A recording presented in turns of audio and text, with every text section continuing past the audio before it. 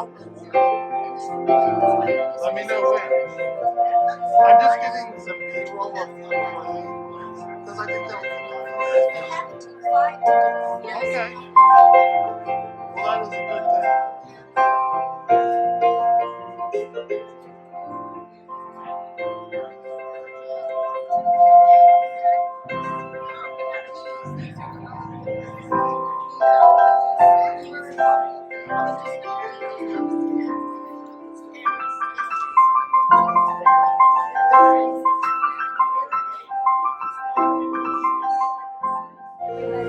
One of my favorite songs from Exile on Main Street.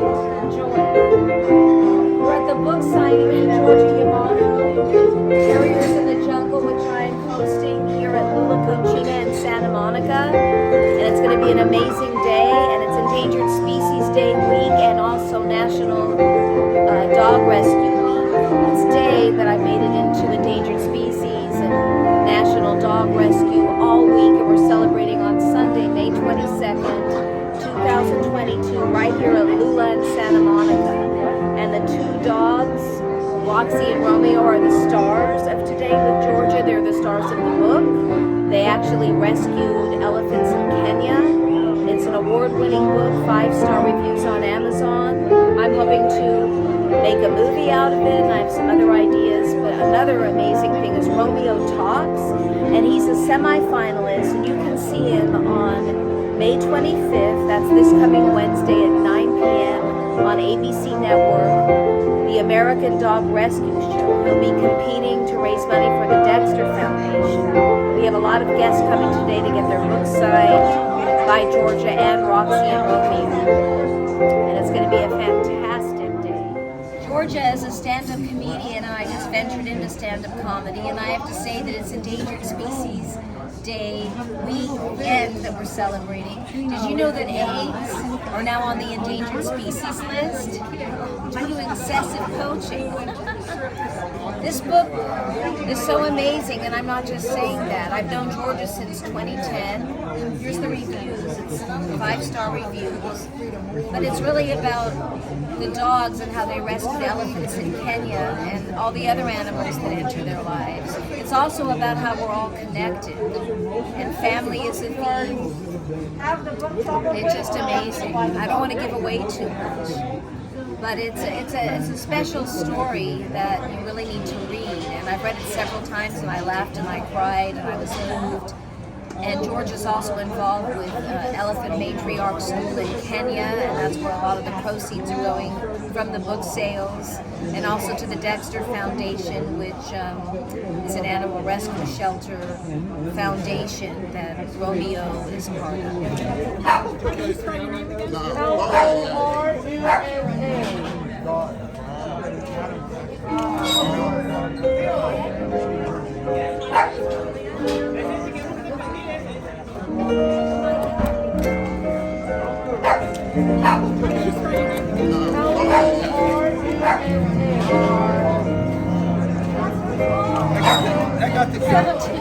Be hosting this today. I wish I had a microphone, but hopefully I'll shout. You can all hear me.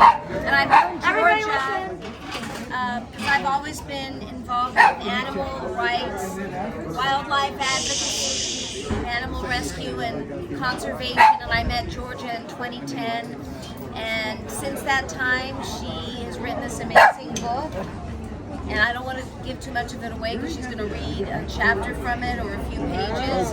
But I really want you all to get the book if you haven't.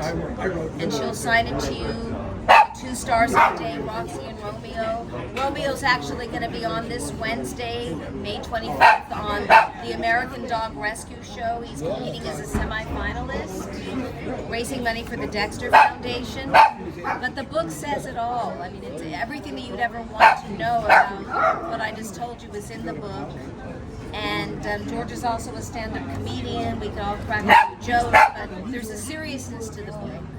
So I'm going to have Georgia take it over and say a few words about why she wrote the book. Roxy wants to say a few words. Okay, if you could please be quiet for a moment, because I'm going to do Attention, everyone. Hi, everybody. Thank you so much for coming. It means a lot. And this book has been on such a ride since we got, it just came out in January and it's won 3 awards. And so we're just going to keep going and see how far we can go, maybe to Disney,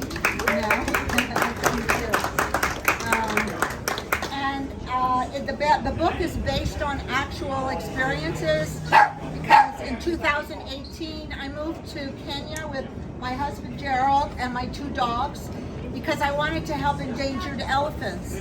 And so what I was able to do while I was there was I was offered a job as environmental director for a rescue group for young girls who had been raped, they had babies, and they had nowhere to go.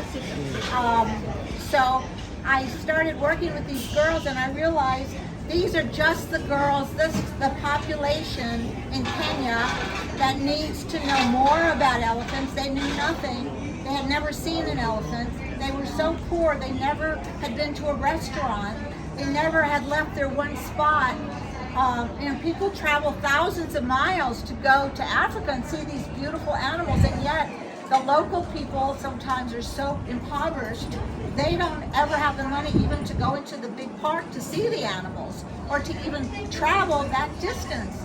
So I was very taken by them, and we had a great time. We did my acting background came in handy. I had them do improvisation about the environment and animals, and we did beach cleaning, and we did field trips, and they got to meet elephants for the first time.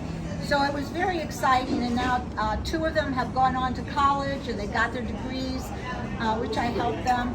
And I just felt that this is an important thing, and I want to start a school there called the Elephant Matriarch School, because that's what it was based on. I was telling them the elephants live in herds, and it's the matriarch who rules the herd. She's the old wise mother, and I tell the girls, you are a matriarch. You are going to learn so much, and then you're going to go back to your community and you'll be the matriarch of the community. And they really like that message. So I think it's a good thing to do. And while I was there, I noticed that my 2 dogs were having a ball, and they were having a lot of adventures on their own too. So I just started writing them down, and it turned into this novel. So I was going to just read a couple of little passages from there. The first one, which was recommended by Kat, it's Roxy is the little one with the beard. She's talking. The book is written by the dogs. The dogs tell the whole story themselves, how they're feeling, what they're experiencing, and she's reflecting back on when she first got adopted by us, and she was not really settled in her surroundings. She was still a little unhappy because it turned out that the shelter separated her from her twin brother, but she was sort of getting used to it, and then this is what happened to her. She said, and Kate, the main character who has the dogs in the story, it's not directly me. It's, of course, Kate has a lot of my feelings in it, but it's a woman named Kate, and she's a widower, and but in this part of it, she's still married. She's married to like a guy who's like a young David Attenborough, but he was killed in a plane crash. So, but this is before he was killed. And there was another dog there named Marcello, an older dog. So she's just getting used to all this. So she says, when I was still pretty new to the family, Kate had to go out of town for 2 days. Gerard, her husband, would take care of me, she said, but Gerard had a long business meeting one day, so she had arranged for someone else to take us for a walk. The next morning, she fed us, took us for our walk, and left. Showed up at our house. Marcello and I heard heavy footprints on the walkway. We approached the door like alert guard dogs. The guy must have had a key because he opened our front door. A shudder went down my spine. The man reached down with his big hands. Oh, no, not this again. No way am I going back to the animal shelter. I leaped through his arms. I slipped out the opening in the door and took off running as fast as I could. I left that guy in the dust. Just like the days with Rex, her brother, I ran and ran, but I didn't know where I was going. The guy tried to catch me, but he couldn't keep up. Pretty soon, other people were chasing me too, and they were all yelling at me. I ran across streets and between cars. I remember darting around trucks in my old life, and I still had those skills. It flashed through my mind that I was completely free. I could run away. I savored the wind on my face and the feeling of freedom. I remembered the times Rex and I ran fast, escaping from trucks and even from gunshots. Afterwards, we hooted and hollered when we escaped, then rolled around with high energy in the grass. After the momentary thrill, it didn't feel so exciting now that I was alone. Rex and I knew we would always be together and we could go back to the yard, our home base. It felt good to have a home base. I thought about Kate and Gerard, who really liked me and wanted to give me a home, and my cushy dog bed, and the idea I could always stay inside. I heard cars honking. A van slammed on the brakes and screeched loudly, almost hitting me, but I got away. Neighborhood people on foot caught a glimpse of me and came running. I outsmarted every one of them and escaped from them all. Then, when no one was looking, I ran back to the house. I didn't think twice. My instincts led me directly back to my new home. I had noticed a tiny opening under our gate, and now I was plotting how that gap would come in handy. I'd lie on the ground and slither under it, just like I used to squeeze through the planks in the fence at my old yard. I hoped I wouldn't get stuck like I did once over there. Rex had to push me through from the rear. But luck was with me. I was still skinny enough to squeeze through and make it into the backyard. Hooray! I slipped up the steps, the sliding bedroom door was open slightly, and I pushed through the opening with all my might. I was inside. I jumped into my bed, my safe, wonderful bed. The place was empty. I guess that guy was still dragging Marcello around with him trying to find me. I took a long, slow drink of water, then went down by the front door and relaxed, waiting patiently for it to open. I heard footsteps. The door opened, and there they were. Marcello was his usual cool self. The man was sweating and out of breath. If he dared try to catch me again, I was prepared to hightail it out the back door. When the guy saw me sitting there, he appeared so overwhelmed, it looked like he might keel over.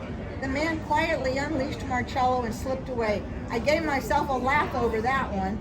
I bet he won't try that again, I thought smugly. I started to feel like my old self.